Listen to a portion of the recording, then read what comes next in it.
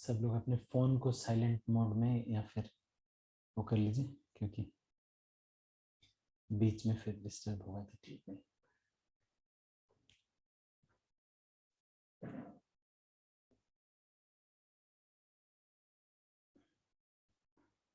इससे पहले कि हम ये चर्चा हम शुरू करेंगे, इस चर्चा की रूपरेखा को हम जान लेते हैं।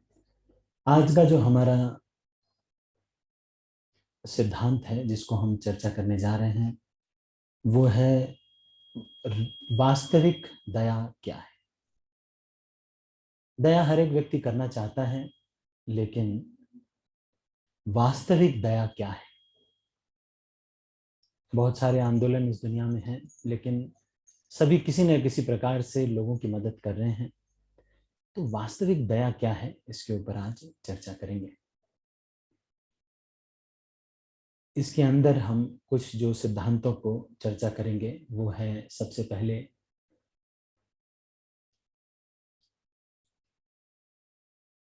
ऐसी जनसंख्या जो कि अवांछनीय है। ऐसी जनसंख्या जब समाज में हो जाती है तो कैसा समाज हो जाता है। ऐसी जनसंख्या जो कि ऐसे लोग, ऐसा समाज, ऐसे लोग जो कि समाज को बिल्कुल दूषित करके रखें। ऐसे जो दूषित जनसंख्या है उसके होने से क्या प्रभाव पड़ेगा।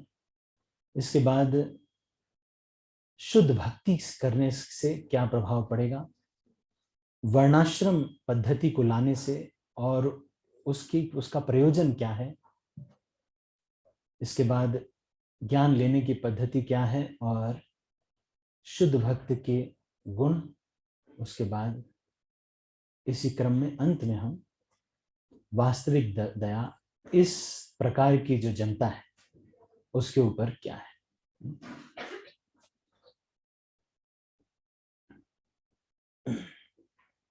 तो अभी हम ये श्लोक, पहले अध्याय का 41वां श्लोक पढ़ेंगे। आप सभी लोग मेरे पीछे पीछे बोलिए। ओम नमो भगवते वासुदेवाय।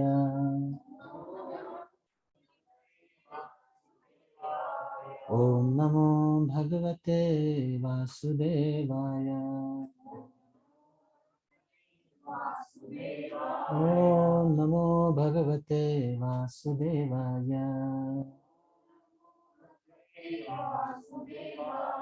नारायणं नमस्कृत्यं नरं चैव नरोत्तमं देवीं सरस्वतीं व्यासं ततो जयमुदीरये। नष्टप्रायेषु भद्रेषु नित्यं भागवत सेवया भगवती उत्तम श्लोके भक्तिर्भवति नैष्ठिकी। कृष्णाय वासुदेवाय देवकी नंदनाय च नंदगोपकुमाराय गोविन्दाय नमो नमः। कं करोति वाचालं पंगुं लंगायते गिरिं यत्कृपातमहं वन्दे परमानन्दमाधवम्। श्रीचैतन्य ईश्वरं श्रीगुरु।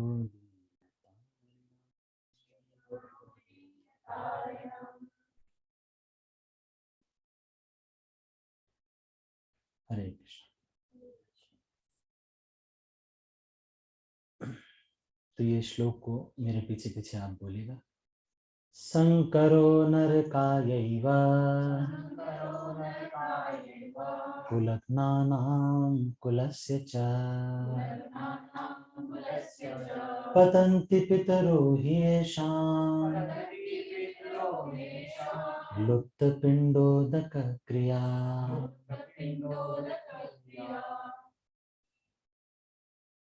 अनुवाद एवं तात्पर्य कृष्ण कृपा मूर्ति शिष्यमद अभय चरणारविंद भक्ति वेदांत स्वामी शिल प्रभुपाद जी के द्वारा। शिल प्रभुपाद की जय।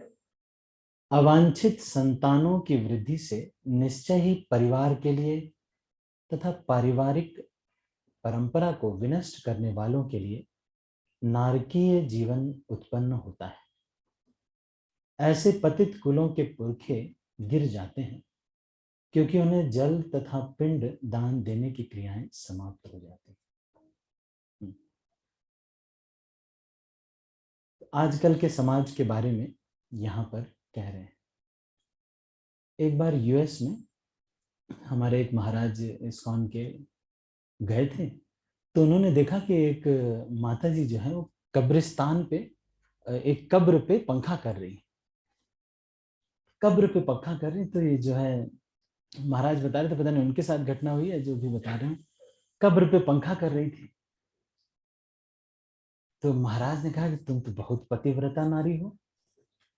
मतलब लोग ऐसे अपने पति को ऐसे पंखा नहीं करते हैं, तुम मरने के बाद भी पंखा कर रही हो, कितनी तुम महान नारी हो। तो वो माता जी ने कहा कि नहीं नहीं, मैं इसलिए नहीं पंखा कर रही हूँ, मैं इसलिए पंखा कर रही हूँ कि जल्दी ये कब्र सूखे, मैं दूसरी शादी करूँ। ये जो कब्र है ये जल्दी सूखेगी। वहां पर ये सिस्टम है कि जब तक कब्र सूखे ना तब तक दूसरी शादी नहीं कर सकते। फॉरेन में ऐसा सिस्टम है, सूख जाएगी तब दूसरी शादी कर सकते हैं। इस तरह का समाज हो गया है। एक बार मैं आईआईटी में लेक्चर ले रहा था, तो एक लड़का, मैं और विष्णु गौर प्रभु बैठे हुए थे, और एक लड़का जो है, गगनदीप नाम था, उसने कहा कि सर अगर सबको सब छूट है तो क्या दिक्कत है, मतलब जो चाहे जिसको चाहे, जिसकी पत्नी जिसको चाहे जहां भी जाए जहां ले जाए, अगर ऐसे छूट मिल जाए तो क्या दिक्कत, क्या है, प्रॉब्लम क्या है सर, पूरी फ्रीडम हो जाए। हम महाराष्ट्र में कहते हैं हो दे खर्च। महाराष्ट्र, कोई महाराष्ट्र नहीं यहाँ पे, नहीं, हो दे खर्च। कि पूरी फ्रीडम हो जाने दो, ठीक है देखते हैं, है ना। तो उसने कहा कि जिसको जो खाना हो खाए, जिसको जो कुछ भी करना हो। मैं बोला एक बात बताओ कि अगर इंसान को मुर्गी खानी है वो तो चलेगा, तो मुर्गी के फ्रीडम का क्या होगा? मुर्गी भी तो स्वतंत्र रहना चाहती है? आप स्वतंत्र रहना चाहते हो, मुर्गी भी तो स्वतंत्र रहना चाहती है। आपकी स्वतंत्रता से दूसरे की स्वतंत्रता में हानि होगी। तो अगर इस तरह से समाज होगा तो क्या होगा? अराजकता आ जाएगी, कोई नियम कानून नहीं होगा, कोई भी कहीं भी कुछ भी कैसे भी करेगा, है? इसी बात को यहाँ पर देखो कह रहे हैं, जैसा ऐसे वाला समाज आपको लाना है यहाँ पे इंडिया में,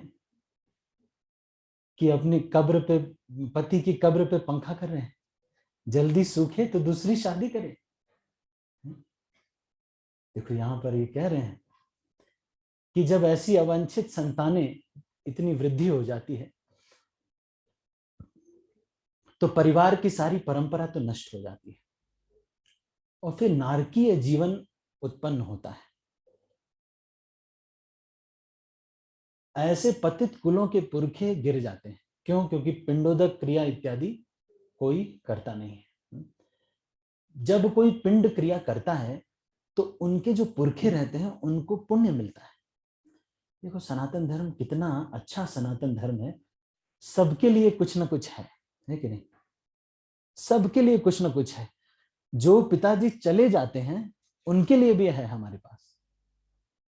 मान लो पिताजी कुछ ज्यादा पुण्य नहीं कर पाए, अगर वो चले गए तो वहां पर भी अगर बेटा यहां पुण्य करे तो वहां तक जा सकता है। तो ये बात कितनी सीखने वाली है कि अगर हम अभी संस्कार अपने बच्चों में नहीं देंगे, आज अगर इन बच्चों में संस्कार नहीं होगा तो बाद में क्या होगा? बाद में वही बच्चे कहेंगे कि पापा आपने क्या किया मेरे साथ, कुछ किया है, कुछ किया तो है नहीं मेरे लिए आपने, है ना? क्योंकि बच्चे तो सीख रहे हैं किससे, बच्चे तो सीख रहे हैं मम्मी पापा से। एक बार एक मम्मी पापा थे, वो मूवी देखने जा रहे थे, है ना? मूवी देखने जा रहे थे,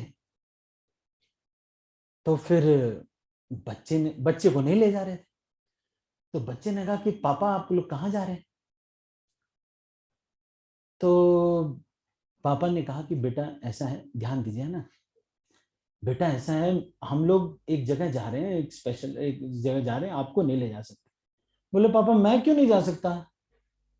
बोले वहां पर केवल मूंछ वाले ही जा सकते हैं ना, इसलिए आप नहीं जा सकते, केवल मूंछ वाले ही वहां पे जा सकते हैं। तो बच्चे ने कहा वैसे चलो ठीक है। फिर उसने देखा कि मम्मी को तो मूंछ नहीं है, मम्मी कैसे जा रही है? बच्चे पकड़ लेते हैं, आप जैसा आचरण करते हैं बच्चे पकड़ लेते हैं। आप अगर इस समय अच्छा आचरण नहीं करेंगे, संस्कार नहीं डालेंगे, तो यही बच्चे हैं कल आकर के आपको कहेंगे कुछ किया हमारे लिए, है?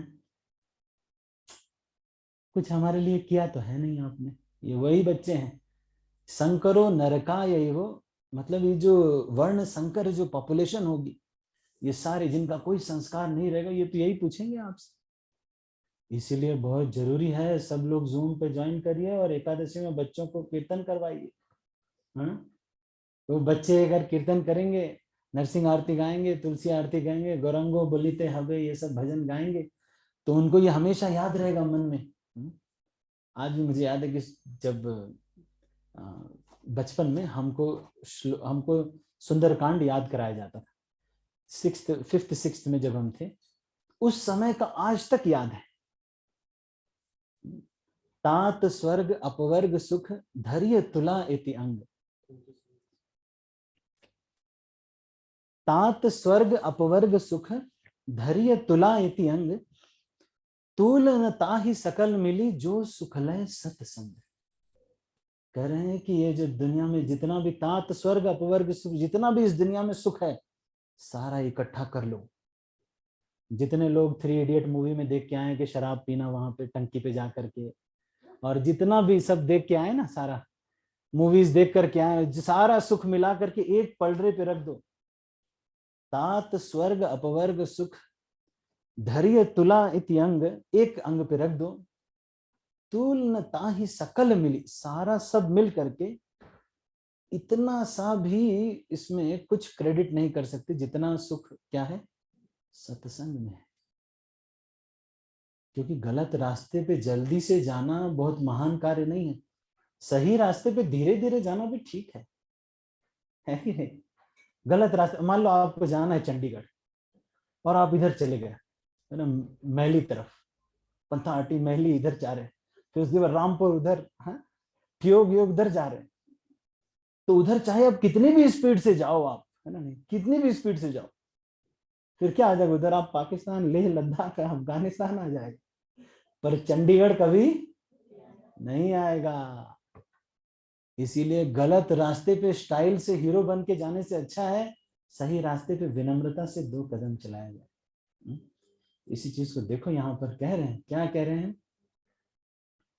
कि अगर अपने घर में संस्कार नहीं पड़ेंगे, घर में कीर्तन नहीं होगा, घर में भजन कीर्तन अगर नहीं होगा, बच्चों को संस्कार नहीं मिलेगा, तो क्या होगा, यही लोग आगे चल के बोलेंगे हाँ ठीक है, क्या क्या है ये, पापा की 13वीं है, अच्छा तो 13 दिन का ही होगा क्या, एक दिन में नहीं हो सकता पंडित जी।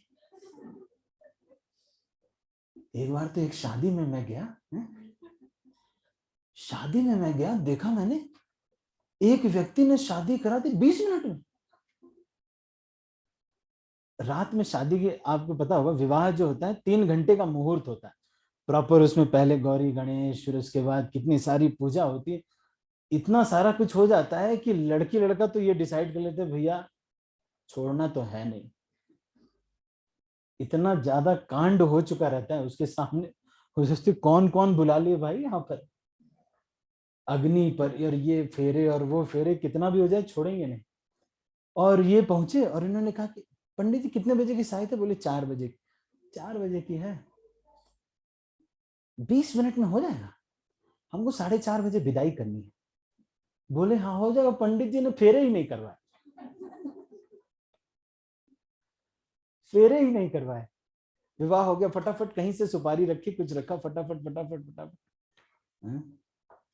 तो ये वही बेटे लोग हैं जिनको की ज्यादा संस्कार नहीं मिला, तो वो पापा के लिए यही कहेंगे कि मेरी कल की फ्लाइट है, आज पापा मरे हैं, कल वो जा रहे हैं, न्यूजीलैंड से आए थे, न्यूजीलैंड को चले जाएंगे, है ना। यहाँ पे देखो ये कह रहे हैं, अवांछित संतानों की वृद्धि से निश्चय ही परिवार के लिए तथा पारिवारिक परंपरा को विनष्ट करने वालों के लिए नारकीय जीवन उत्पन्न होता है। ऐसे पतित कुलों के पुरखे गिर जाते हैं क्योंकि उन्हें जल तथा पिंड दान देने की क्रियाएं समाप्त हो जाती हैं। कौन देगा पिंडदान? कौन करेगा? कोई नहीं करेगा ऐसे लोगों का। चलो प्रभुपाद देखो क्या कह रहे हैं। सकाम कर्म के विधि विधानों के अनुसार कुल के पितरों को समय समय पर जल तथा पिंडदान दिया जाना चाहिए। यह दान विष्णु पूजा द्वारा किया जाता है क्योंकि विष्णु को अर्पित भोजन के उच्चिष्ट भाग को खाने से सारे पाप कर्मों से उद्धार हो जाता है।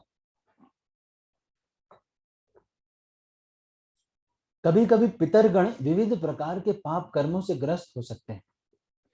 कभी कभी उनमें से कुछ को स्थूल शरीर प्राप्त न हो सकने के कारण उन्हें प्रेतों के रूप में सूक्ष्म शरीर धारण करने के लिए बाध्य होना पड़ता है। चलो अभी आपसे मेरा क्वेश्चन है, देखते हैं कौन सबसे बुद्धिमान लोग हैं यहाँ पे, ऑनलाइन और ऑफलाइन सारे बुद्धिमान लोग, मोस्ट इंटेलिजेंट स्टूडेंट्स। आपको बताना ये सूक्ष्म शरीर क्या होता है।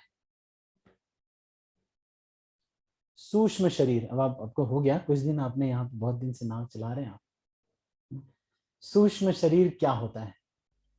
यहाँ ऑनलाइन वालों को आवाज आ रही है ना? ऑनलाइन वाले 2-4 लोग वीडियो ऑन कर सकते हैं क्योंकि फिर इससे पता चलता रहेगा कि हाँ हैं। नहीं तो फिर लगता है कि कोई है ही नहीं, है ना। The sound goes in the air and it goes in the universe for Indra Chandra Vayudev. वो लोग तो शुद्ध सुन रहे हैं, शुद्ध हो रहे। ठीक है, तो अभी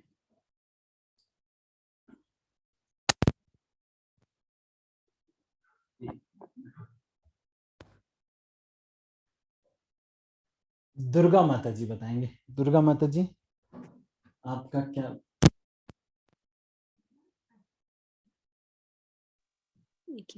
हरे कृष्ण प्रभु जी, दंडवत प्रणाम। हाँ जी माता जी। प्रभु जी सूक्ष्म शरीर वो होता है जब हमारे शरीर से जो आत्मा निकल जाती है, उसे सूक्ष्म शरीर कहते हैं।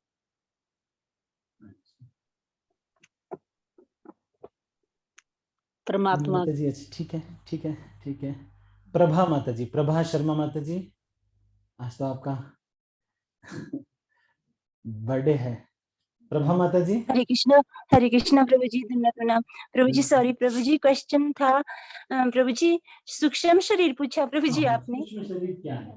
प्रभु जी मन बुद्धि और अहंकार। प्रभु जी मेरी तो ये समझ, सॉरी प्रभु जी, मन बुद्धि और अहंकार। प्रभु जी सॉरी अगर गलती होगी तो क्षमा करना। आपने बिल्कुल सही बताया।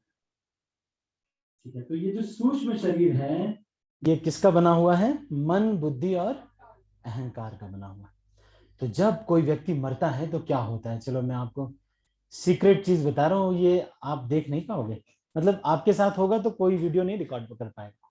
अभी तो ऐसा होता है, आप कहीं जाते हो मनाली, किसी और को कैमरा दे देते हो, भाई मेरा फोटो खींचो, उसके बाद आप एकदम लहराते हुए, कई लोग तो एकदम कपड़े वपड़े उतारने लगते हैं वहां पे, एकदम फिर पूरे पोज में फोटो देते हैं ना।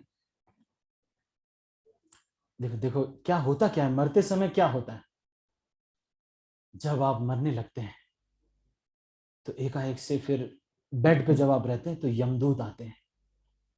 ऐसे यमदूत जब आते हैं तो आसपास के जो कुत्ते वगैरह हैं वो भौंकने लगते हैं, wow wow wow wow wow, कुत्ते सब भौंकने लगते हैं। उनको दिख जाते हैं कि यमदूत आ गए। हमको नहीं दिखते, उनके अंदर सिक्स सेंस होती है। डॉल्फिन्स और ये कुत्ते ये सब देख लेते हैं ना, तो उनको पता चल जाता है, वो लोग वाँ वाँ करने लगते हैं। फिर क्या होता है, फिर आप छटपटाने लगते हो। आप लोग मतलब भक्त लोग हैं, जो नॉर्मल जीवात्मा है उसकी बात कर रहे हैं। भक्त लोगों का ऐसा नहीं होता है। जो सामान्य भौतिकतावादी जीव होता है वो छटपटाने लगता है, ऐसे छटपटाता, फिर टॉयलेट बाथरूम सब कर देता है। फिर उसके बाद उसके वो जो है यमपाश उसके ऊपर डाला जाता है यमदूतों के द्वारा, और उसके प्राण को खींच लिया जाता है। जब जीव को खींचा जाता है तो उसके अंदर कौन रहता है, जीव, और उसके साथ उसका सूक्ष्म शरीर जो होता है वो भी आ जाता है। एक्चुअली कलि संतरण उपनिषद के तीसरे प्यार में 2 पेज का ये उपनिषद है। आज सुबह ही मैं पढ़ रहा था कलि संतरण उपनिषद, तो उसमें ये लिखा हुआ है कि एक जीव के जो सूक्ष्म शरीर होता है उसमें 16 आवरण होते हैं, लेकिन इस्कॉन में जो हम लोग जानते हैं वो है 3, मन, बुद्धि और अहंकार। तो जब भी आपसे कोई पूछता है कि ये जो सूक्ष्म शरीर है ये क्या होता है, तो आपको बताना है क्या, मन, बुद्धि और अहंकार का बना होता है। अब ये सूक्ष्म शरीर जो होता है ये क्या होता है, जो आपका आत्मा है वो तो एक्चुअल फ्लॉपी है, एक्चुअल डेटा है। उसके ऊपर जो सॉफ्टवेयर है वो क्या है, सूक्ष्म शरीर, और जो हार्डवेयर है वो क्या है, ये शरीर जो है। तो जो सूक्ष्म शरीर है उसमें सारा डेटा स्टोर होता है। मान लो आपने किसी को चप्पल से पिटाई की है, अपने पड़ोसी की आपने पिटाई की, तो वहां डेटा स्टोर हो जाएगा सूक्ष्म शरीर में, मन में लिख दिया जाएगा, पड़ोसी को चप्पल से पीटा, बहुत अच्छा लगा, है कि नहीं, ऐसे लिख दिया जाएगा वहां पर। और उसके बाद मान लो आप गए और मॉल रोड पे जा करके कुछ आलू बुखारा या कुछ खा रहे आप, और आप एकदम से लिए और एकदम जूसी वो था, और आपने खाया से, और आप एकदम आनंद में, जैसे ही आप आनंद में लिए, मन में लिख दिया गया, आलू बुखारा स्वादिष्ट था। ऐसे करके लिख लिख करके ये मन पे क्या होता है, रजिस्ट्री एंट्री होती रहती है। और ये पूरा जो सूक्ष्म शरीर है ये पैक करके आपकी आत्मा के साथ कहाँ जाता है, यमदूत इसको लेके जाते हैं। और यमदूत जब लेके जाते हैं तो आपने जो काम किया रहता, मान लो किसी ने बहुत पाप किया हुआ तो उसको पिटाई करते हुए ले जाते हैं, और ऐसे करते, और पिटाई, खूब पिटाई करते हुए ले जाते, और गरम रेत रहती है उस रास्ते से ले जाते हैं। और जब मरने लगता है तो उसको 40,000 बिच्छू के काटने का दर्द होता है। एक किसी को बिच्छू काटा है कभी, नहीं काटा ना? एक बार माता जी को, शांता द्रव्य माता जी, तो देखो ना, एक बार काटता बड़ा दर्द होता है, ऐसे ना, ऐसे लगता है जैसे कि सारी हड्डियां अंदर से फट रही, बहुत बहुत दर्द होता है। 40,000 बिच्छू तो काटेंगे कहां कहां पहले तो इतना दर्द होता है। आप सोचो, जन्म मृत्यु जरा व्याधि से आपको बाहर निकलना है कि नहीं? ये जन्म मृत्यु जरा व्याधि से बाहर निकलने का एकमात्र यही शरीर है बस। जो लोग सुबह चैंटिंग नहीं करते उनके लिए बता रहे, जो लोग मॉर्निंग प्रोग्राम अच्छे से नहीं अटेंड कर रहे उनके लिए बता रहे, ये जन्म मृत्यु जरा व्याधि से बाहर निकलने का एकमात्र शरीर है। वो क्या है, ये मनुष्य शरीर। इसी में बस ये चांस है आप निकल सकते हैं, नहीं तो हर जन्म में आपको फिर वही 40,000 बिच्छू, फिर 40,000 बिच्छू, वही फिर वही सब। पुनरपि मरणम पुनरपि जननम पुनरपि मरणम पुनरपि जनरी जठरे शयनम इह संसारे बहुदुस्तारे कृपया पारे पाहि मुरारे। नहीं तो पुनर्जन्म ऐसे होता रहेगा। तो आगे देखो यहाँ पर क्या कह रहे हैं, कह रहे हैं कि फिर उसको जो है इस तरह से ले जाया जाए स्थूल शरीर के साथ, है ना। वो स्थूल शरीर को नहीं ले जाया जाता, स्थूल शरीर को वहीं छोड़ दिया जाता है। लिवर किडनी सब जो भी आपने क्रीम व्रीम लगाया, फेयर एंड लवली वगैरह, सब वहीं पे रह जाता है, सारा वहीं रह जाता है। और फिर क्या वहां बस आपके साथ जाता है, वो सूक्ष्म शरीर जाता है जिसपे कोई क्रीम ही नहीं लगाई कभी वो जा रही है। उसके लिए क्रीम है, क्या है, बुद्धि के लिए जो क्रीम है वो है ये भगवत गीता। बुद्धि पे आपको क्रीम लगाना है, अपनी बुद्धि पे क्रीम, वो क्रीम है भगवत गीता, बुद्धि पे क्रीम लगाती है, एकदम चमक जाती है बुद्धि। भगवत गीता आप 3-4 बार पढ़ लीजिए, तो देखिए बुद्धि चमक जाती है। तो यहाँ पे कभी कभी पितरगण विविध प्रकार के पाप कर्मों से ग्रस्त हो सकते हैं। कभी कभी उनमें से कुछ को स्थूल शरीर प्राप्त हो सकने के कारण इन्हें प्रेतों के रूप में सूक्ष्म शरीर धारण करने के लिए बाध्य होना पड़ता है। जब प्रेत होगा तो मतलब क्या होगा ना, मान लो किसी व्यक्ति ने, प्रेत का शरीर किसको मिलेगा पता है आपको, किसको मिलेगा? हाँ, या फिर स एव आत्मा, वो व्यक्ति जिसने इस शरीर का सही इस्तेमाल नहीं किया। आपको मिला तो था मनुष्य शरीर भजन करने के लिए, लेकिन आपने गोलगप्पे खाने में व्यस्त कर दिया। इतने गोलगप्पे पसंद है, गोलगप्पे के लिए गीता क्लास सैक्रिफाइस कर देते लोग। मतलब देखिए पलरे पे क्या है, तुलना में देखिए, इधर कृष्ण और इधर एक गोलगप्पा। इन दोनों में से लोग गोलगप्पा सेलेक्ट कर लेते हैं।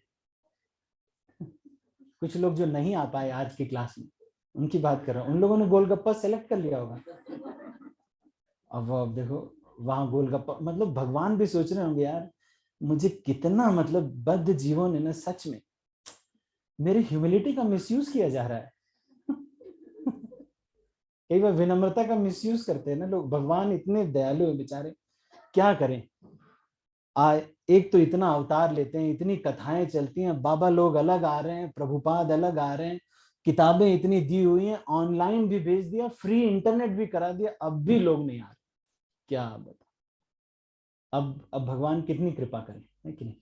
देखो यहाँ पर क्या कह रहे हैं, कह रहे हैं कि ये जो लोग अपने शरीर का इस्तेमाल भजन में नहीं करते, जो लोग जूम पे नहीं आते, जो लोग सुबह उठ करके चतुर्मास में सो रहे हैं, जो लोग चतुर्मास में 7 बजे उठते हैं, जो लोग जो है आजकल 16 माला नहीं कर रहे हैं, और जो लोग एकादशी के दिन भी बस 25 माला करके छोड़ दे रहे हैं, ऐसे जो थोड़ा यूटिलाइज नहीं कर रहे हैं इसको, एकादशी को, इन सबको, तो कह रहे हैं अपने शरीर को यूज नहीं कर रहे, आप अच्छे से यूज नहीं कर रहे।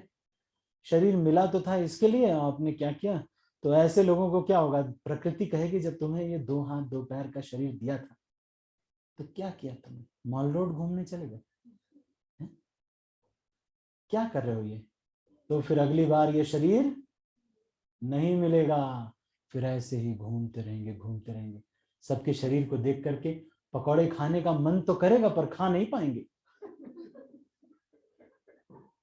सच में जो भूत प्रेत होते हैं ना, वो देखते हैं पर खा नहीं सकते, है ना। हमारे प्रभु जी है ना, देखी जा छुई ना जा, ऐसे कुछ बोलते हैं ना यहाँ पे, हिमाचल है, देखी जा छेड़ी ना जा। वही आपका हाल होगा, वास्तव में भूत पिशाच योनि में यही होता है। तो यहाँ देखो क्या कह रहे हैं ना, देखो ध्यान से पढ़ना, अब ध्यान देने वाली बात है ना। अतः जब वंशजों द्वारा पितरों को बचा प्रसाद अर्पित किया जाता है तो उनका प्रेत योनि या अन्य प्रकार के दुखमय जीवन से उद्धार हो जाता है। यहाँ आपने अगर प्रसाद खिला दिया किसी वैष्णव को, या फिर प्रसाद उनको अर्पित कर दिया भगवान का को भोग लगा करके, तो वहां पे क्या होगा, वहां से उनको पिक एंड ड्रॉप तुरंत उठा लिया जाएगा। अगर भगवान का शुद्ध रूप से प्रसाद अगर उनको अर्पित मिल गया, उतना बहुत है वहां के लिए। वहां से उनको उठा करके सीधा स्पेशल जोन में ले आया जाएगा। लेकिन अगर यहाँ पर अब ऐसे बच्चे हैं जिनको संस्कार नहीं दिए जा रहे, तो वो क्या होंगे, वो बच्चे फिर कभी पिंडोदक क्रिया नहीं करेंगे। अतः जब वंशजों द्वारा पितरों को बचा हुआ प्रसाद अर्पित किया जाता है तो उनका प्रेत योनि या अन्य प्रकार के दुखमय जीवन से उद्धार हो जाता है। तो मैंने आपको एक बार ये बताया था कि एक बार एक बिहार में हमारे एक ब्रह्मचारी थे, वो गए थे, तो एक माता जी थी, उसके ऊपर उनके ऊपर आता था भूत। तो वो ब्रह्मचारी बात करने लगे उनसे, वो भूत बात करने लगा, और भूत जो है उनको बोलते हैं, वो ब्रह्मचारी जो थे वो बोल रहे थे कि चलो बोलो हरे कृष्णा, बोलो बोलो। बोलो हरे कृष्णा कृष्णा कृष्णा हरे हरे, हरे राम बोलो बोलो। तो वो ट्राई कर रहा था लेकिन बोल नहीं पा रहा, हरे हा ऐसे कर रहा था पर बोल नहीं पा रहा था। फिर उसने कहा हमारी जो योनियां हैं, नीचे की जो योनियां हैं, इसमें हरे कृष्णा नहीं बोल सकते। सोच लो आप, नीचे की कोई भी योनि मिल जाए। आजकल क्या, एक बार मैंने कहां पर, कोई मुझे बता रहा था कि एक भक्त थे, उनके वो पानी में डूबने लगे ना। भक्त थे, अच्छे भक्त थे, ऐसे नहीं भक्त थे, लेकिन उनको थोड़ा टीवी देखने का था, थोड़ा टीवी देखते थे, थोड़ा अच्छे भक्त थे, टीवी देखते थे, और उनको निरमा वॉशिंग पाउडर का एड बहुत अच्छा लगता था।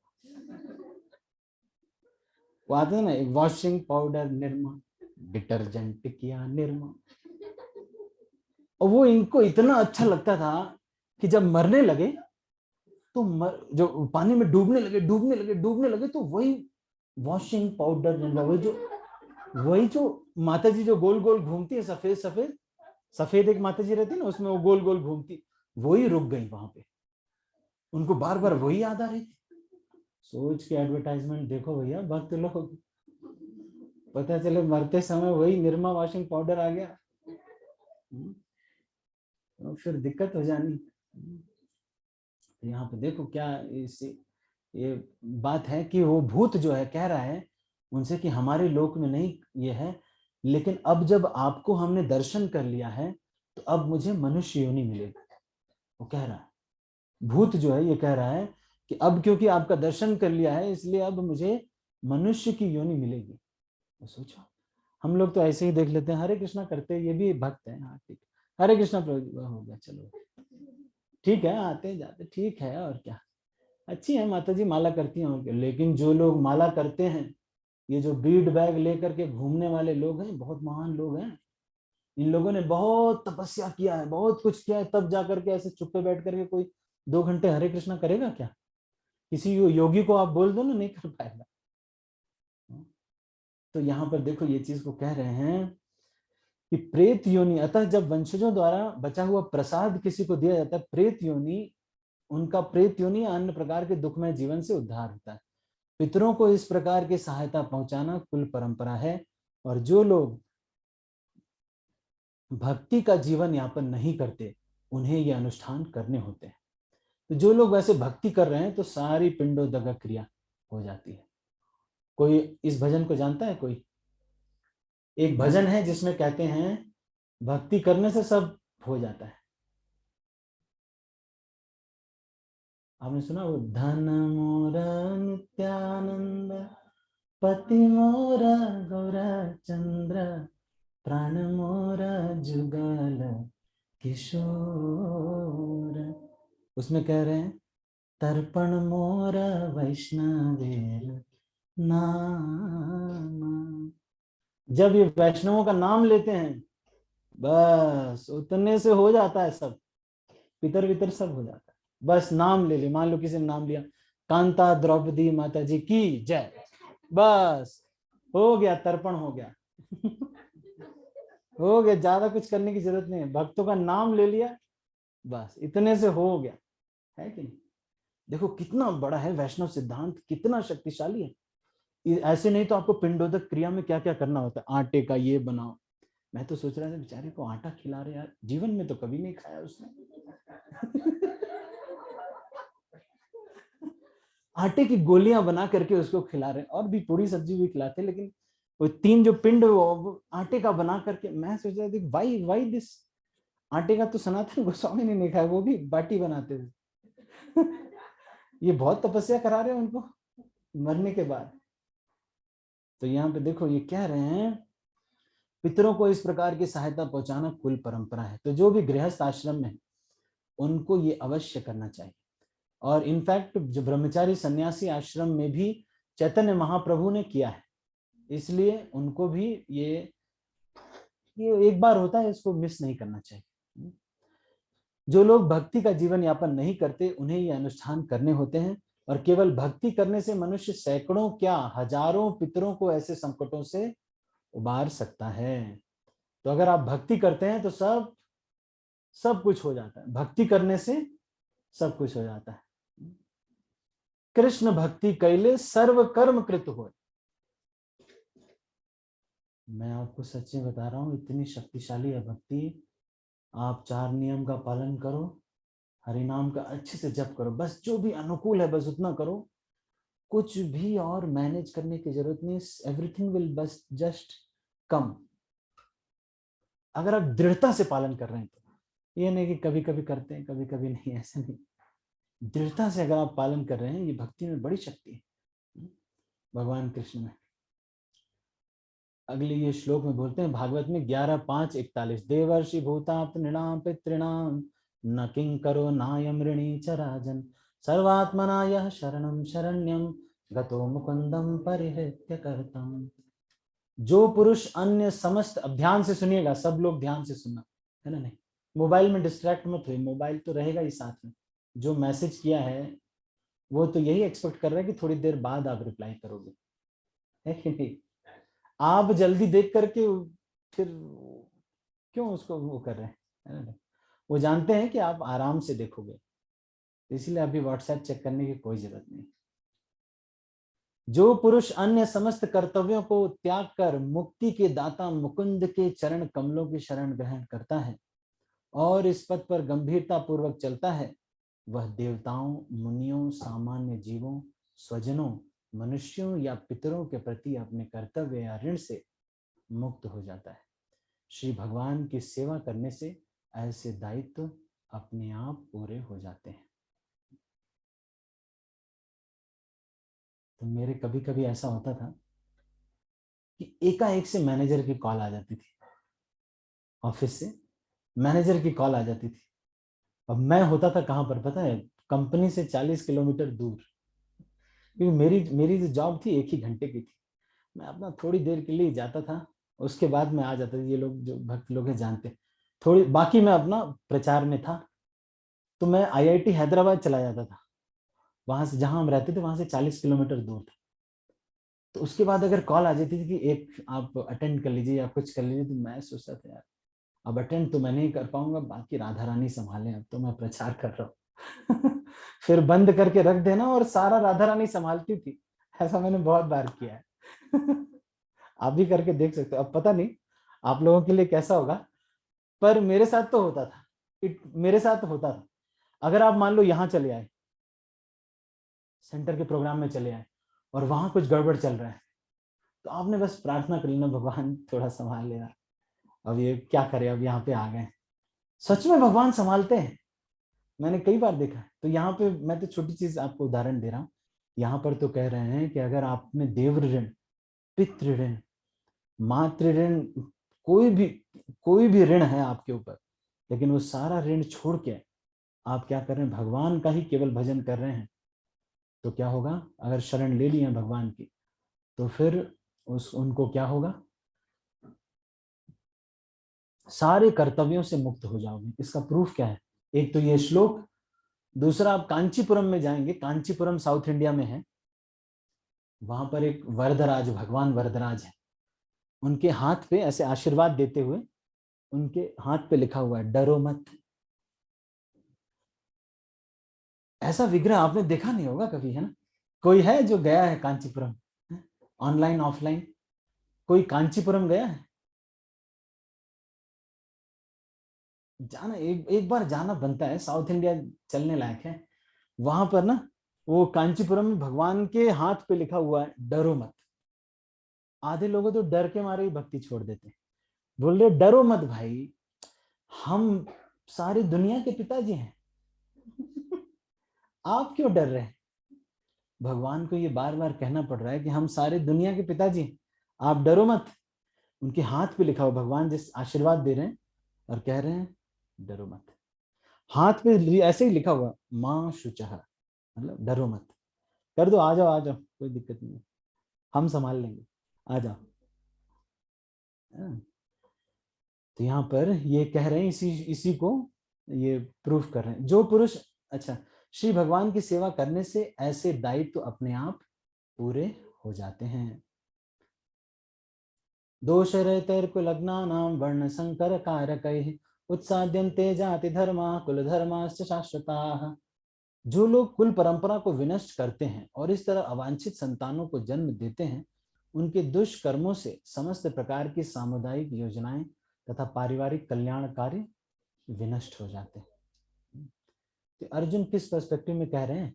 वो कह रहे हैं कि मान लो इतने लोगों को मार देंगे, किसी के पिताजी नहीं रहेंगे, सोचो, तो स्त्रियां सारी ऐसे ही इंडिपेंडेंट घूमेंगी, फिर अवांछित संतानें उत्पन्न होंगी, अवांछित संतानें उत्पन्न होंगी।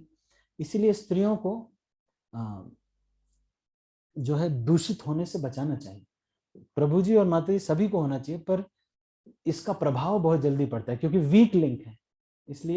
इसलिए इसको, इनफैक्ट मैंने तो यहां तक सुना है कि जब कोई स्त्री किसी पर पुरुष का चिंतन भी करती है तो उसके अपने पति की उम्र कम होती है। चिंतन भी करती है तो उसके अपने पति की उम्र कम होती है। इतना ये रिलेटेड है ये। एक ऐसा ही कार्तिक महात्म्य में आता है, मदालसा ऐसे कुछ एक करके एक आता है कि जिसमें वो जो है पर पुरुष संग करती थी, उसकी वजह से उसके पति की उम्र जो है बहुत घट गई और पति जो है 40-50 में ही बस हरि बोल। क्यों?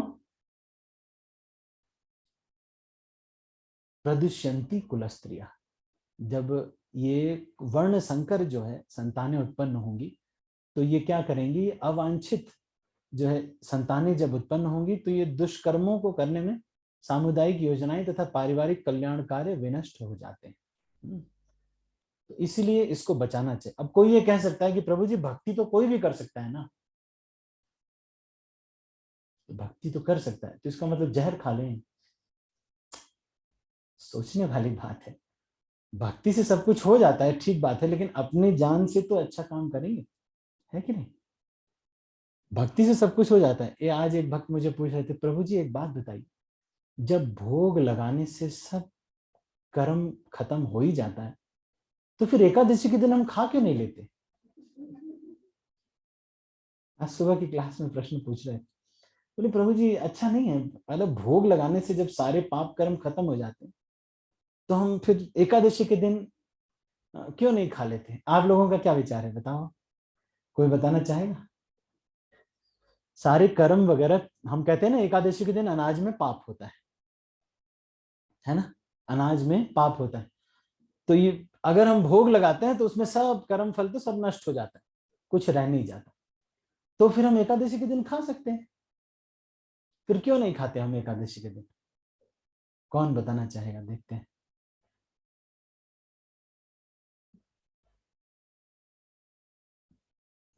ट्राई करने में क्या जाता है? नहीं बोलेंगे तो मरते समय याद आएगा, क्या बोल दिए होते। अरे बोलने में क्या जाता है, कुछ थोड़ी लगता है, बोल देना चाहिए, है कि नहीं? क्या लगता है आपको?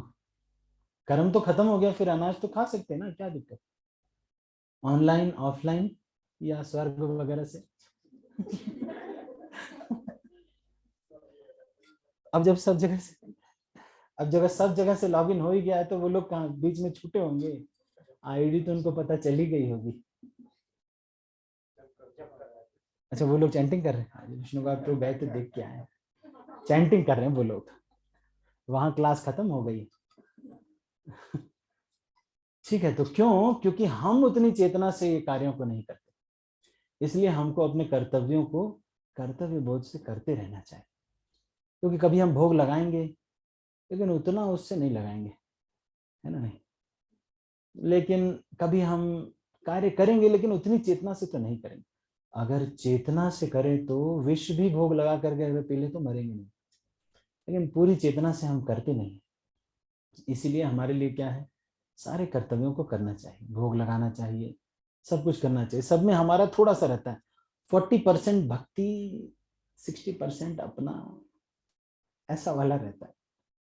ज्यादातर केस में कहाँ रहता है? मान लो हम आम भोग लगा रहे हैं तो हम क्या सोच रहे हैं पता है आपको? हम सोच रहे हैं भैया भगवान तो 7 मिनट में खा लेते। भगवान के लिए टाइम फिक्स है। मान लो अगर भगवान को किसी दिन ज्यादा गुठली चाटने का मन करे तो हमारा भी कभी कभी मन करता है कि नहीं? कई बार देखा है आपने, कुछ लोग आम खाते हैं, आम की बूंद बूंद निचोड़ देते हैं। मतलब वो बोलते यार शिमला में इतना महंगा हो गया आम, एक बूंद में जाने नहीं दूंगा डस्टबिन में।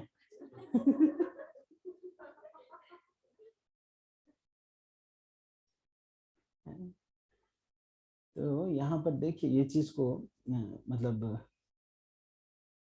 सीखने वाली बात है कि जो कुल परंपरा है वो विनष्ट होने पर क्या होता है, ऐसी जो संतानें होंगी, ये सामुदायिक योजनाएं या फिर परिवार कल्याण, अगर आप अपने बच्चों में संस्कार डालेंगे नहीं, बच्चों में संस्कार अगर नहीं पड़ेंगे, तो आप चाहे कुछ भी कर लीजिए, ऐसे बच्चे टेररिस्ट बनने में कोई कसर नहीं छोड़ेंगे। ये बाद में बन ही जाएंगे, कोई ना कोई नया तरीका निकाल लेंगे और फिर टेररिस्ट बन जाएंगे। कितना भी नियम निकाल लो, इतना नियम बना हुआ है, लेकिन फिर भी लोग गलत कार्य कर देते हैं कि नहीं? तो आगे देखो इसमें फिर कह रहे हैं, सनातन धर्म या वर्णाश्रम धर्म द्वारा निर्धारित मानव समाज के चारों वर्णों के लिए सामुदायिक योजनाएं तथा पारिवारिक कल्याण कार्य इसलिए नियोजित हैं कि मनुष्य चरम मोक्ष प्राप्त कर सके।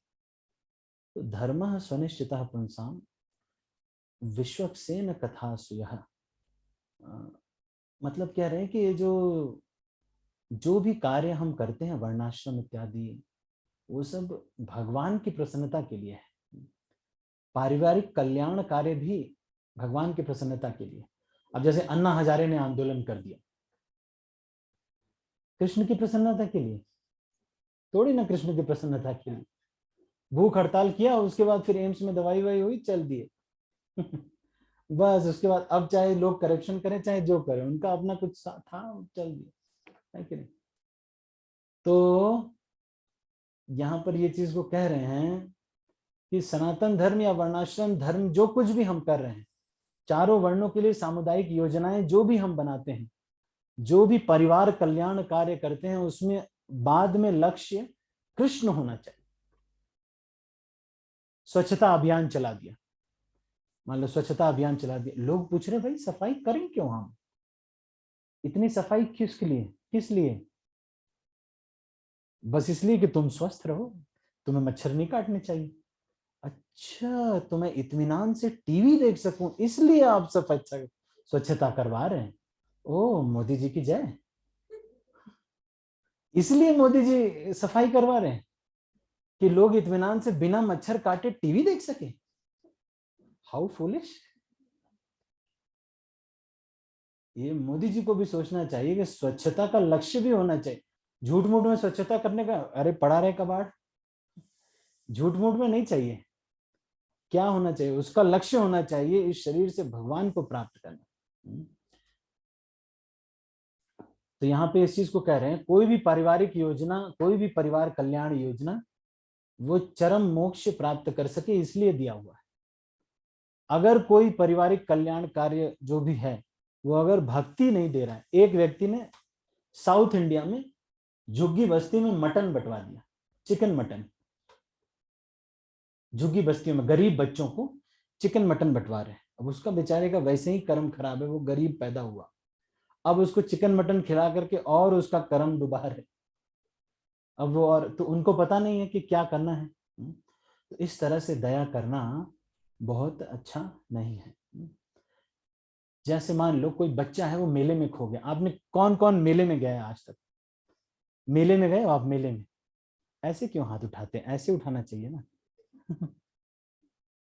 ऐसे तो टाटा होता है, बाय बाय हम जा रहे हैं प्रभु जी, हम तो जा रहे हैं, अब आपको देना है लेक्चर तो आप दे दीजिए, हम तो जा रहे हैं, बाय बाय। ऐसे नहीं। तो मेले में आप देखोगे कई बार बच्चे खो जाते हैं। अगर कोई ऐसे बच्चा मेले में खो गया है और रो रहा है, वो सब चीज देखता है पर रो ही रहा है वो, अब उसको ना झूला अच्छा लग रहा है ना कुछ अच्छा लग रहा है, वो क्या कर, रो ही रहा है। और वो बच्चे को एक व्यक्ति आता है एकदम फर्स्ट क्लास अच्छी सी जो है लड्डू ले आके देता है, बढ़िया वाला लड्डू आता है, लड्डू खाता है बच्चा, थोड़ी देर लड्डू खाता है, थोड़ा बहुत खाता है, थोड़ा गिरा देता है। बच्चा थोड़ी देर खुश रहता है, उसके बाद फिर क्या करेगा? फिर रोना शुरू कर दे। बात को समझने वाली बात है सोचो आप, भारत सरकार पूरी की पूरी इतनी बड़ी गलती कर रही है, पूरी दुनिया की सारी सरकारें इतनी बड़ी गलती कर रही हैं, सारे मूर्ख हैं। किसी को ये नहीं मालूम है कि ये बच्चा परमानेंटली खुश कैसे होगा। और सब लोग बस उसको लड्डू, कोई आ रहा है लड्डू दे रहा है, कोई टॉफी दे रहा है, वो जीवात्मा बेचारा बस टॉफी खा के खुश हो जा रहा है, और वो भी बस इसी में लगा हुआ है। ये ठीक नहीं है, लड्डू देना चाहिए ना, टॉफी क्यों दे रहे हैं आप लोग। वो इसी झगड़े में है कि लड्डू और टॉफी में कौन ज्यादा हमें। अब जैसे अरविंद केजरीवाल आए, उन्होंने कहा हम तो सबको एक एक डिब्बा लड्डू देंगे, ले दिल्ली में फ्री कर दिया उन्होंने, सब कुछ फ्री है।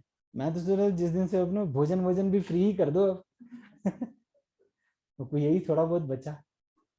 तो एक नेता है वो लड्डू की डिब्बी दे देता है, एक आता है वो टॉफी दे रहा है, तो लोग कहते हैं डिब्बे वाला अच्छा है। अरे तुम एक ऐसे बच्चे हो जो अपने पिताजी से बिछड़ गए हो, पूरा डिब्बा खाने के बाद भी लोग पत्थर फेंक रहे हैं एक दूसरे के ऊपर। इसका मतलब क्या है, ये आत्मा कभी संतुष्ट नहीं होती, इसको चाहे कितना भी कुछ भी दे दो, ये संतुष्ट नहीं होगी। कितने भी कंबल बांट दो इसको, ये एक दिन बाद 2-3 बार कंबल तो 1-2 साल यूज करेगा, फिर खत्म। फिर उसके बाद फिर कहेगा अल्लाह के नाम पे दे दे बाबा। अच्छा है, अल्लाह के नाम पे मांगो यार, ठीक है अल्लाह के नाम पे दे। वो हमेशा जो है यही करते हैं, अल्लाह के नाम पे दे दे बाबा। और एक कंबल दे दिए, कुछ दिन यूज किया, कई लोग तो उसको बेच देते हैं। चित्रकूट में ऐसे हुआ, रामायण एक व्यक्ति बेच रहा था, 3 रामायण रखा हुआ था, कई साल से वही 3 रामायण बेच रहा है, और कह रहा है कि एक हमें रामायण दान कर दीजिए आप, हम रामायण पढ़ना चाहते हैं। लोग आते हैं, उसको रामायण दान करवाते, वो उसको बेचता, फिर उसके बाद अगला फिर। देखो ये चीज सीखने वाली बात बहुत जरूरी है। दुनिया भर की दया करने से अच्छा है कि क्या करें, भक्ति करवाए, प्रचार करें। वो वास्तविक दया है। अतः समाज के अनुत्तरदायी नायकों को द्वारा सनातन धर्म परंपरा के विखंडन से उस समाज में अव्यवस्था फैलती है। फलस्वरूप लोग जीवन के उद्देश्य विष्णु को भूल जाते हैं। ऐसे नायक अंधे कहलाते हैं, और जो लोग इनका अनुगमन करते हैं वो भी निश्चय ही कुव्यवस्था की ओर अग्रसर होते हैं। उत्सन्न कुल धर्माणाम मनुष्याणाम जनार्दन नरके नियताम वासो भवति त्यनुशुश्रुमा। हे प्रजापालक कृष्ण, मैंने गुरु परंपरा से सुना है कि जो लोग कुल धर्म का विनाश करते हैं वे सदैव नरक में वास करते हैं। अर्जुन अपने तर्कों को अपने निजी अनुभव पर न आधारित करके आचार्यों से सुन रखा है, उस पर निर्धारित कर रहा है। वास्तविक ज्ञान प्राप्त करने की यही विधि है। जिस व्यक्ति ने पहले से ज्ञान प्राप्त कर रखा है, उस व्यक्ति की सहायता के बिना कोई भी वास्तविक ज्ञान तक नहीं पहुंच सकता। वर्णाश्रम धर्म की एक पद्धति के अनुसार मृत्यु के पूर्व मनुष्य को पाप कर्मों के लिए प्रायश्चित करना होता है। जो पापात्मा है उसे इस विधि का अवश्य उपयोग करना चाहिए। ऐसा किए बिना मनुष्य निश्चित रूप से नरक भेजा जाएगा, जहां उसे अपने पाप कर्मों के लिए कष्टमय जीवन बिताना पड़ेगा। अहो बट महत् पापम कर्तुम व्यवसिता वयम यद राज्य सुख लोभेन हंतुम स्वजनम उद्यताः। ओह, कितने आश्चर्य की बात है कि हम सब जघन्य पाप कर्म करने के लिए उद्यत हो रहे हैं। राज्य सुख भोगने की इच्छा से प्रेरित होकर हम अपने संबंधियों को मारने पर तुले हैं। स्वार्थ के वशीभूत होकर मनुष्य अपने सगे भाई, बाप या मां के वध जैसे पाप कर्मों में प्रवृत्त हो सकता है। विश्व के इतिहास में ऐसे अनेक उदाहरण मिलते हैं, किंतु भगवान का साधु भक्त होने के कारण अर्जुन सदाचार के प्रति जागरूक है, अतः वह ऐसे कार्यों से बचने का प्रयत्न करता है। यदि माम प्रतीकारम शस्त्रम शस्त्रपाणयः धातराष्ट्रारणे हन्यस्तम मे क्षेमतरम भवेत्। यदि शस्त्रधारी धृतराष्ट्र के पुत्र मुझ निहत्थे तथा रणभूमि में प्रतिरोध न करने वाले को मारे तो यह मेरे लिए श्रेयस्कर होगा। क्षत्रियों के युद्ध नियमों के अनुसार ऐसी प्रथा है कि निहत्थे तथा विमुख शत्रु पर आक्रमण न किया जाए, किंतु अर्जुन ने निश्चय किया कि शत्रु भले ही इस विषम अवस्था में उस पर आक्रमण कर दे, किंतु वह युद्ध नहीं करेगा, उसने इस पर विचार नहीं किया कि दूसरा दल युद्ध के लिए कितना उद्यत है। इस सब लक्षणों का कारण उसकी दयाद्रता है, जो भगवान की महान भक्त होने के कारण उत्पन्न है। तो एक भक्त दयालु होता है। भक्त ऐसा नहीं होता कि सारे समाज को, सारी चीजों को इसलिए छोड़ देता है कि ये लोग तो सब मोह माया है, इसलिए नहीं। उसको कृष्ण से ज्यादा प्रेम हो जाता है, इस वजह से वो छोड़ देता है। ध्यान से सुनने वाली बात है ये। समाज को, सबको इसलिए नहीं छोड़ता है कि ये सब बेकार है, इसलिए नहीं। आसक्ति उसको भी सब कुछ है, लेकिन कृष्ण से ज्यादा आसक्ति है, इसलिए इसको छोड़ना पड़ रहा है ना।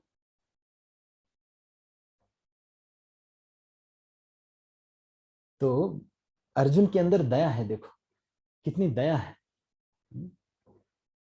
संजय उवाच एवमुक्त्वा अर्जुनः संख्ये रथोपस्थ उपाविशत् विसृज्य सचरं चापं शोक संविघ्न मानसः। संजय ने कहा, युद्ध भूमि में इस प्रकार कहकर अर्जुन ने अपना धनुष तथा बाण एक ओर रख दिया और शोक संतप्त चित्त से रथ के आसन पर बैठ गया।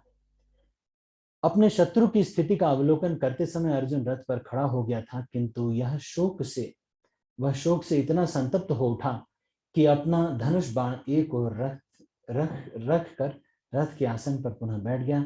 ऐसा दयालु तथा कोमल हृदय व्यक्ति जो भगवान की सेवा में रत हो, आत्म का ज्ञान प्राप्त करने के योग्य है। संजय उवाच तम तथा कृपयाविष्टम् अश्रुपूर्णाकुलेक्षणं विषीदन्तम् इदं वाक्यम् उवाच मधुसूदन। संजय ने कहा, करुणा से व्याप्त शोक युक्त अश्रुपूरित नेत्रों वाले अर्जुन को देखकर मधुसूदन कृष्ण ने यह शब्द कहे। देखो अर्जुन की स्थिति क्या है। अर्जुन ये सोच रहा है कि अब इतने दिन से तो जंगल में ही रह रहा था, तो प्रैक्टिस भी हो गई थी,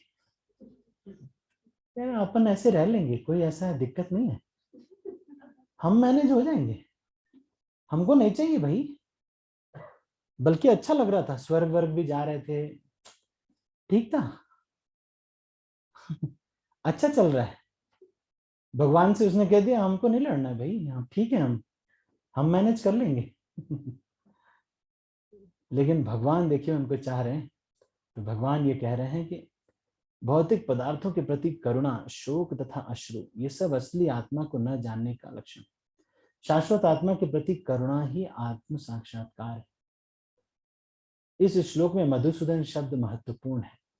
कृष्ण ने मधु नामक असुर का वध किया था और अब अर्जुन चाह रहा था कि कृष्ण अज्ञान रूपी असुर का वध करे, जिसने उसे कर्तव्य से विमुख कर रखा है। यह कोई नहीं जानता कि करुणा का प्रयोग कहाँ होना चाहिए। डूबते हुए मनुष्य के वस्त्रों के लिए करुणा मूर्खता है। देखो ये आप ध्यान से देखना, मैं आपको एक बढ़िया डायग्राम बना के दिखाता हूँ। देखो ये आपका ये पानी है ना। ओ बेटा,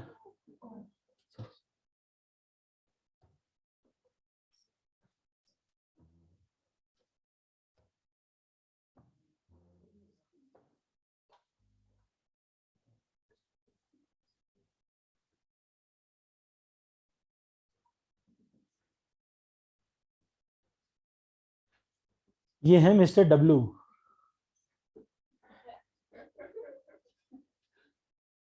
अब ये मिस्टर डब्लू को बचाओ बचाओ चिल्ला रहे हैं, लेकिन तब तक यहाँ पर इनके फ्रेंड आते हैं मिस्टर बबलू। और बबलू ने देखा कि डब्लू डूब रहा है, और बबलू ने क्या किया, तुरंत डब्लू का कोट पकड़ा और कोट खींच लिया और कोट हाथ में आ गया। अब कोट इनके पास है, लेकिन प्रॉब्लम क्या है, डब्लू डूब रहा है। फिर उसके बाद थोड़ी देर बाद इन्होंने सोचा कि चलो ठीक है, कुछ नहीं, फिर से ट्राई करते हैं। फिर से ट्राई किया तो शर्ट हाथ लगी, शर्ट बचा लिया, लेकिन फिर भी प्रॉब्लम क्या है, डब्लू डूब रहा है। कितना भी करो, कुछ भी करो, उनके कंगन भी निकाल लिए, सब कुछ हो गया, सब कुछ निकाल लिया, लेकिन फिर भी कौन डूब रहा है, अरे डब्लू डूब रहा है भाई। तो इसलिए बचाना किसको है? लेकिन आप सोच रहे हैं कि यार एक बात तो है, 15,000 की ज़ारा का कोट था, जैकेट था इसका, 15,000 का ज़ारा का जैकेट था इसका, उसी को बचा लिया उसने। अरे आदमी मर गया। वैसे ही हम लोग जब किसी को मिलते हैं, वो आते, कई बार ऐसे भी बाबा जी लोग होते हैं ना, बाबा जी आएंगे, बोलेंगे बाबा जी आपकी शरण में हम आए हैं, सब जगह आए, हमें बहुत दुख रहा, बाबा जी हमारे बहुत कष्ट हो गया। क्या हुआ बेटा? बाबा जी बस शादी नहीं हो रही है। बाबा जी ने कहा कि अच्छा कहाँ गए थे, कहाँ रहते हो? बिजनौर में रहते हैं। बिजनौर? बिजनौर में कहाँ रहते हो? राजपुर में रहते हैं। राजपुर में? राजपुर में? अच्छा, तो वहां पे कौन सा समोसे वाली गली में गए हो? हाँ गए तो है। तो समोसा खाया? नहीं, बस वहीं तो कृपा रुकी हुई। और फिर उसके बाद समोसा खिला दिया, और दे क्या रहे हैं देखो। अगर समोसा खाने से, यहाँ भी समोसा बनता है, कभी कभी कांता द्रौपदी माता जी और हमारे भक्त लोग बनाते हैं समोसा, लेकिन वो समोसा प्रसाद होता है। उस समोसा को खा करके आप भगवत धाम जाएंगे। ये निर्मल बाबा का समोसा नहीं है।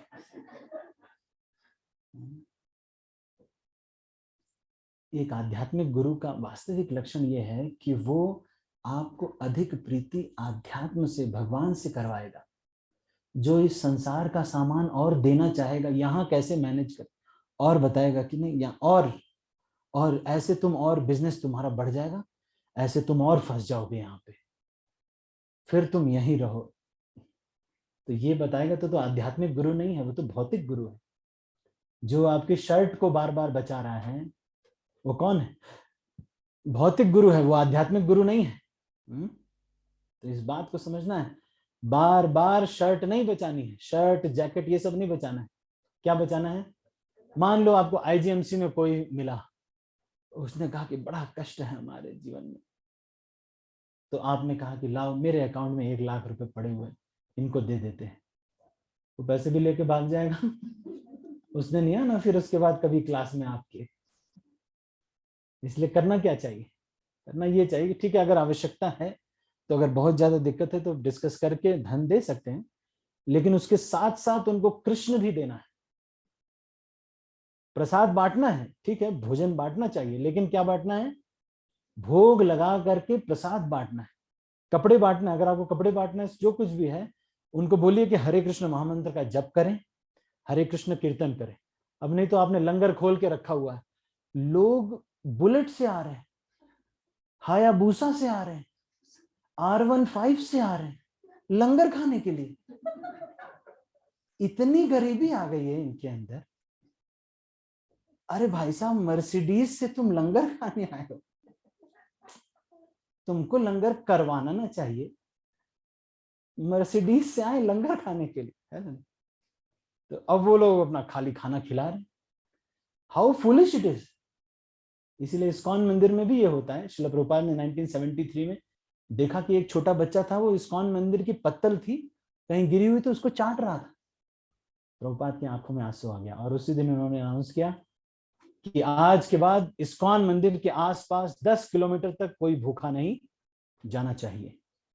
लेकिन क्या बांटेंगे हम? ऐसे नहीं कि सबको लंगर बांट, आओ मर्सिडीज वालों आओ, ऐसे नहीं है। बांटेंगे सबको, मर्सिडीज वालों को भी है, लेकिन प्रसाद बांटना है। तो दया मतलब, वास्तविक दया क्या है? किसी को क्या करना चाहिए? कृष्ण देना चाहिए। नहीं तो वो बच्चा इसी जगह पर, उसको चॉकलेट मिलता रहेगा, वो रोता रहेगा, लड्डू मिलता रहेगा, वो रोता रहेगा, वो हमेशा ही रोता रहेगा। और लोग कहेंगे, कई बार लोग आते हैं बोलते हैं, अरे देखिए इन्होंने बहुत हॉस्पिटल खुलवाया है, देखिए बहुत बड़ा। वो सब बड़ा काम नहीं है। क्या बड़ा काम है? उनको कृष्ण से मिलवाना। जैसे वो खोया हुआ बच्चा है, उसको किससे मिलवाना है? उनके माता पिता से मिलवाना है। डूबते हुए मनुष्य के वस्त्रों के लिए करुणा मूर्खता होगी। अज्ञान सागर में गिरे हुए मनुष्य को केवल उसके बाहरी पहनावे अर्थात स्थूल शरीर की रक्षा करके नहीं बचाया जा सकता। जो इसे नहीं जानता और बाहरी पहनावे के लिए शोक करता है, वह शूद्र कहलाता है, अर्थात वह वृथा ही शोक करता है। अर्जुन तो क्षत्रिय था, अतः उससे ऐसे आचरण की आशा नहीं थी, किंतु भगवान कृष्ण अज्ञानी पुरुष के शोक को विनष्ट कर सकते हैं और इसी उद्देश्य से उन्होंने भगवत गीता का उपदेश दिया। यह अध्याय हमें भौतिक शरीर तथा आत्मा के वैश्लेषिक अध्ययन द्वारा आत्म साक्षात्कार का उपदेश देता है, जिसकी व्याख्या परम अधिकारी भगवान कृष्ण द्वारा की गई है। यह साक्षात्कार तभी संभव है जब मनुष्य निष्काम भाव से कर्म करे और आत्मबोध को प्राप्त हो। ठीक है, तो अभी हम इसको यहीं पर क्लोज करते हैं। आज हमने 2 बातों पर मुख्यतः चर्चा की। अब आपको घर जाने से पहले 2 चीजें याद रखनी है। क्या 2 चीजें याद रखनी है? एक तो बच्चों को नरसिंह आरती वगैरह याद कराओ, थोड़ा बच्चों को संस्कार दो भाई। नहीं देंगे तो क्या होगा? कल को यही लोग फिर टेररिस्ट बनेंगे, फिर आपसे कहेंगे कि कुछ किया नहीं आपने हमारे लिए। और ये बीच में एक सिद्धांत और आया कि जो व्यक्ति केवल कृष्ण को समर्पित हो जाता है, भगवान की सेवा में लगा रहता है, उसका बाकी सब कुछ योगक्षेमम वहामि अहम। एक बार अकबर को डाउट हो गया, गलत श्लोक है। अहम हमारे अल्लाह ताला तो नहीं आते। बीरबल से बोला कि आपके मतलब भगवान इतने लोकल है, खुद ही आते हैं, जो भी होता खुद ही आते हैं। योगक्षेम वहां में अहम। तो अर्जुन उनको ये दिखाने के लिए बीरबल उनकी बेटे का पुतला लेकर के एक नाव में जा रहे थे, और दूसरे नाव में वो और अकबर बैठे हुए थे। तो इशारा किया बीरबल ने, और उनके बेटे को उन्होंने पानी में गिरा दिया लोगों ने, सैनिकों ने। जैसे ही अकबर ने देखा कि अरे बेटा गिर गया, तुरंत कूद गए। अकबर ने आदेश देने का इंतजार नहीं किया कि सैनिकों बचाओ, अकबर खुद कूद गए। इसी तरह से भगवान हमसे प्रेम करते हैं, इसीलिए खुद आते हैं, है ना? इसलिए नहीं कि उनके पास कोई है नहीं, ऐसा नहीं है, क्योंकि इतना प्रेम करते हैं इसलिए खुद बार बार आते हैं। तो और अंत में हमने क्या देखा? अंत में सिद्धांत ये देखा कि वास्तविक दया क्या है। वास्तविक दया क्या है? शर्ट को बचाना नहीं, कोट को बचाना नहीं, क्या करना है? हाँ, उसको बचाना वास्तविक दया है। और सूक्ष्म शरीर क्या है? मन, बुद्धि और अहंकार। तो जब तुम लेके जाता है, जब यमराज अगर किसी भौतिकतावादी को लेके जाता है तो क्या लेके जाता है? सूक्ष्म शरीर के साथ आत्मा लेके जाता है। ठीक है, चलो रिवाइज भी हो गया। 4 सिद्धांत आप इसको अपने घर लेके जाइए। अगर किसी का कोई प्रश्न है तो 1-2 मिनट 1-2 प्रश्न ले सकते हैं। आपका कोई प्रश्न या आपके मन में कोई शंका, या कोई आपको लग रहा हो कि ऐसा तो नहीं ठीक था। ऑनलाइन भी अगर किसी के मन में कुछ।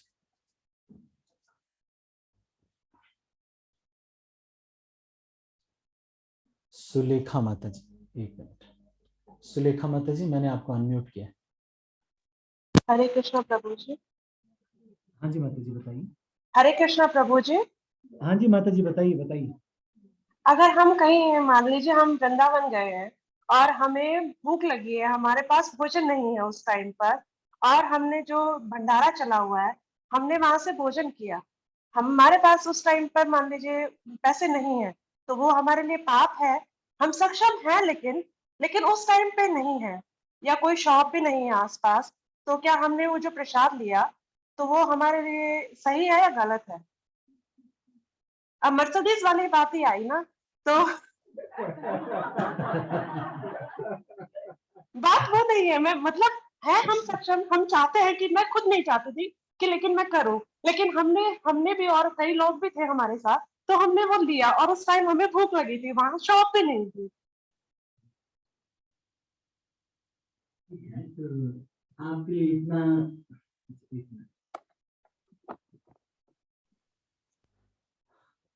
ये जो भक्ति का मार्ग है, इस्कॉन संस्था से स्पेशली जो लोग भक्त लोग जुड़े हुए हैं, इतना सुगम है। इसमें हर एक भक्त के ऊपर कोई व्यक्ति है जो आपको आश्रय देता है, आपको बताता है, कोई ना कोई है जिससे आप पूछ सकते हैं, है कि नहीं? जैसे एक बड़ा भाई घर में होता है, पिताजी को हमेशा बताने की जरूरत नहीं है कि ये करो ये करो, एक बड़ा भाई है वो भी कभी कभी बता देता है। उसी तरह से आपके साथ जो भी वरिष्ठ भक्त वगैरह होते हैं, उनसे पूछ सकते हैं कि प्रभु जी ऐसे, या माता जी ऐसे मेरा ये सिचुएशन है, अभी मैं क्या करूं। वो सिंपल रहेगा, वो बता देंगे।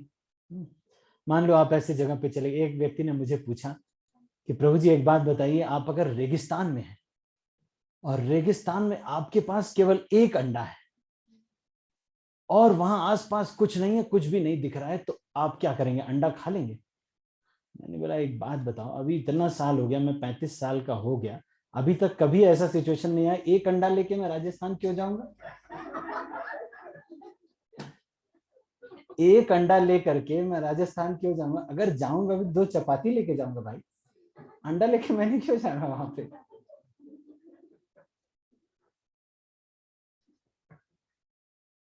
लाइफ में ऐसा सिचुएशन तो कभी कभी आ जाता है, कुछ ऐसा रहेगा कि ये स्थिति थी, ये भी स्थिति थी, तो उस स्थिति में कोई एक गाइड करने वाले होते हैं।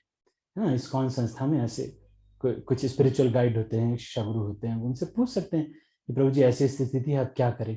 तो बोलेंगे कि ठीक है, आप जगन्नाथ जी के चावल अपने बीट बैग में रखे रहा करो, कोई ऐसा सिचुएशन आता है आपको क्लियर नहीं है, पूछ लो कि भाई इसमें प्याज लहसुन तो नहीं है, बहुत क्रिटिकल कंडीशन है, क्या करें? जैसे मैं जब मेरी जॉब लगी तो मैं मैसूर गया, तो वहाँ कुछ था ही नहीं। अब मैंने कितने दिन तक दही और रोटी खानी, दही और रोटी, दही रोटी यही चल रहा था, 10-15 दिन हो गए। एक दिन फिर एक बड़ी दया हुई कि एक वैष्णव की उन्होंने कॉल किया, उन्होंने कहा कि वहां एक सेंटर है इस्कॉन का। मैंने बोला जय हो प्रभु, आपकी कॉल आ गई। बस फिर मैंने बैग उठाया सारा, फिर सेंटर में ही रहा मैं। बड़ी इत्तेफाक से ये हुआ कि जो वहां पे सेंटर में रहते थे वो उस समय छोड़ के चले गए, फिर तो हम थे। फिर हम ही सारी सेवा करते थे, सब कुछ हम ही करते थे, गौर निताई को सेवा करना, सब कुछ करना, सब कुछ हम करते थे। यानी हाँ, इस तरह से हमारे ना सुलेखा माता जी यहाँ पे कोई ना कोई गाइड होते हैं। क्रिटिकल सिचुएशन आ जाए, मान लो आप कंपनी में हो, फोन कर लेना चाहिए, कंपनी में है, अब मैनेजर ने कहा है कि देखो ये केक है, अब तुमको खाना पड़ेगा, और आप बोल रहे हैं मेरी पार्टी है, अब मैं क्या करूं, बड़ी क्रिटिकल सिचुएशन है, तो ये बोल रहे हैं कि आना पड़ेगा तुमको पार्टी में, तो आपको जो शिक्षा गुरु होंगे वो बताएंगे, बहाना बना दो कि लूज मोशन हो रहा है तुम्हें। लूज मोशन में किसने बुलाना? ऑफिस गंदा करना है क्या? कौन बुलाएगा? वो ये सब कर चुके हैं। तो इसीलिए वो बताएंगे। इसलिए हमारे इस्कॉन संस्था में तो बहुत सेफ है भक्ति, कोई ना कोई आपके ऊपर होता है। ये बहुत भाग्य की बात है कि हमारे ऊपर कोई होता है जो हमें डांटता है, जो हमें, जी इनको रास्ता थोड़ा बता देंगे यहाँ का, जो हमें डांटता है, जो हमें कहते हैं, उनसे पूछ भी सकते हैं कि प्रभु जी माता जी ऐसे ऐसे था, थोड़ा सा मान लो। अब जैसे मान लो एकादशी है और किसी को वो है, क्या नाम है, पथरी का रोग है, तो अब एकादशी में पथरी वाले उसमें क्या खाएंगे, वो कौन बताएगा? वो माता जी बताएंगे कोई कि नहीं ऐसा करो, कुट्टू का आटा नहीं लेना, कुट्टू का ग्रेन्स भी आते हैं, पहले से ऑर्डर कर देना, वो मिल जाते हैं, उसकी खिचड़ी बहुत जल्दी बन जाती है, वो खा लो आप, वो ठीक रहेगा। इस तरह से वो ट्रिक्स एंड टेक्निक्स जो समसामयिक जो हैं उसमें वो बता देंगे भक्त लोग। इसीलिए तो भक्त लोग, लूज मोशन बोलना उचित होगा, अभी आप बोलते रहे दिनेश जी कह रहे हैं क्या झूठ बोलना उचित होगा? आपने अभी तक बहुत झूठ बोले होंगे। लड़कों को कई बार हम यूथ प्रीचिंग करते हैं तो लड़कों को हम बोलते हैं कि यात्रा चलनी है, वृंदावन चलना है आपको, मम्मी पापा को ये कह देना कि प्रोजेक्ट आ गया है। मम्मी पापा मना करते हैं, क्या करें, तो प्रोजेक्ट आ गया है, तो वो बोलते हैं प्रभु जी मैं माता पिता से कैसे झूठ बोलता। मैं बोलता एक बात बताओ, जब वो मूवी देखने गए थे तब क्या झूठ नहीं बोला था? मतलब सब चीज के लिए झूठ बोलते हैं, मौसा चाचा नाना नानी दादा दादी सब मर चुके हैं। और सब झूठ बोलते हैं। भक्ति करने की बात आती है तब हम सोचते नहीं, झूठ नहीं बोलना हमें, अब हम सत्यवादी हरिश्चंद्र हैं। अभी आज ही डिसाइड कर लिया, अभी तक नहीं था। अभी तक तो खूब बोल रहे थे खुलेआम, है ना? नहीं, थोड़ा सा सेफ साइड रख करके आप ऐसे, अब वो चेक तो करने आएंगे नहीं कि हो रहा है कि नहीं लूज मोशन। अगर चेक भी करने आएंगे तो आपको ना लूज मोशन हो रहा है, है, वो कैसे चेक करेगा भाई कोई? इसीलिए जो गाइड हैं वो बुद्धिमान है, वो जानते हैं ये बहाना चलेगा। नहीं तो मान लो आप फिर तो कोई यात्रा कर ही नहीं पाओ। कहने को मेरा ये कहने का मतलब है, बात को ये समझना है कि भक्ति में कोई ना कोई हमें गाइड करने वाला होता है। ऐसे लाइफ में बहुत सारे सिचुएशन आएंगे, आपसे स्निग्ध सतोवर सजातीय कोई वैष्णव होते हैं जिनके आश्रय में आप रहते हैं।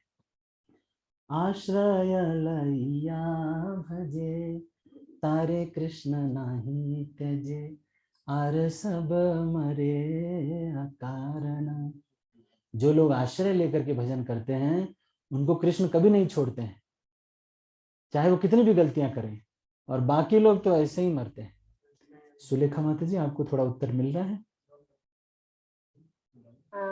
नहीं प्रभु जी, कहते हैं ना कि दाने दाने पर लिखा है खाने वाले का नाम। तो हमारा वहां पर खाना था ना, तो इसीलिए हम वहां गए और हमें वो मिला, और उसके आसपास कोई दुकान नहीं थी, और मेरे पास उस टाइम में आपकी संस्था से भी नहीं जुड़ी थी। तो क्या मैं वो पूछ रही हूँ कि वो हमने खाया तो वो उचित था या नहीं था? आप वहां पर आप सिचुएशन देख सकते हैं। मतलब अगर मान लीजिए ऐसा है विदाउट ऑनियन गार्लिक का है, तो आप थोड़ा जगन्नाथ जी के चावल, अब आप बहुत क्रिटिकल सिचुएशन है तो थोड़े जगन्नाथ जी के चावल डाल करके आप कर सकते हैं। अब जैसे दिनेश जी कह रहे हैं कि लूज मोशन के बहाना बनाना, मैं तो वो ऐसे कह रहा हूँ, अगर वो मान जाते हैं इस बात पे कि आप केक नहीं खाएंगे, नॉनवेज नहीं खाएंगे, शराब नहीं पियेंगे, वैसे ही आप बस विजिट करेंगे, ऐसे वो मान जाते हैं तो कोई दिक्कत नहीं है। जैसे मैं जब मुझे दीक्षा लेना था तो मैं अपनी कंपनी में साफ साफ बता देता था कि भाई ये देख लो ऐसा ऐसा है मुझे हरिनाम दीक्षा है और इस तरह से है, मुझे जाना है। तो जो अलाउ कर देते तो ठीक है ना, और कई बार नहीं भी अलाउ करेंगे। मतलब मेरे जो कॉन्सेप्ट बताने का समझिए, आपका मनुष्य जीवन सार्थक करना आवश्यक है। जिस तरह से बाकी चीजों के लिए लोग उधार लेकर के भी करते हैं, झूठ बोल के भी करते हैं, लेकिन जब कृष्ण की बात आती है तब उतना सैक्रिफाइस भी नहीं करता जितना दोस्तों के साथ चाट पकौड़ी खाने के लिए कर दिया जाता है कि नहीं? तो क्या उतना कृष्ण के लिए नहीं कर सकते? ये मन हमें चीट करता है, ये बात को समझिए। मैं ये नहीं कर रहा कि आप मैं झूठ बोलने को वो नहीं कर रहा हूँ, मतलब बल नहीं दे रहा हूँ। अगर आप बिना झूठ बोले कर सकते हैं तो बहुत अच्छा है, लेकिन अगर बोलना भी पड़ जाए तो भक्ति करने के लिए आवश्यक पड़े तो करना पड़ जाता है। नहीं तो आप इस समाज में कभी वो हमेशा बोलेंगे कि नहीं ये सब नहीं, ऐसे नहीं कर सकते, हमेशा मेरे बगल में बैठ। मैनेजर के हमेशा बगल में बैठेंगे तो चैंटिंग कब करोगे? है कि नहीं? जैसे मेरे मैनेजर थे एक, उन्होंने कहा कि सुबह 5 बजे तक मेरे साथ बैठा करो। अब सुबह 5 बजे तक उनके साथ अगर हम बैठेंगे तो कब मंगल आरती करेंगे? तो उसके लिए कुछ ना कुछ तो उनको बताना पड़ेगा। ठीक है, श्री हरि प्रभु, आपका कोई प्रश्न है? श्री हरि प्रभु नहीं है, अच्छा कहीं चलेगा।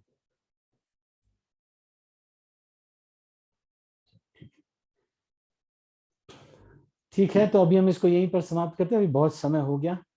आप सभी भक्तों का बहुत बहुत धन्यवाद। हरे कृष्ण। श्रील प्रभुपाद की जय, गौर भक्त वृंद की जय, निताई गौर प्रेमानंदे।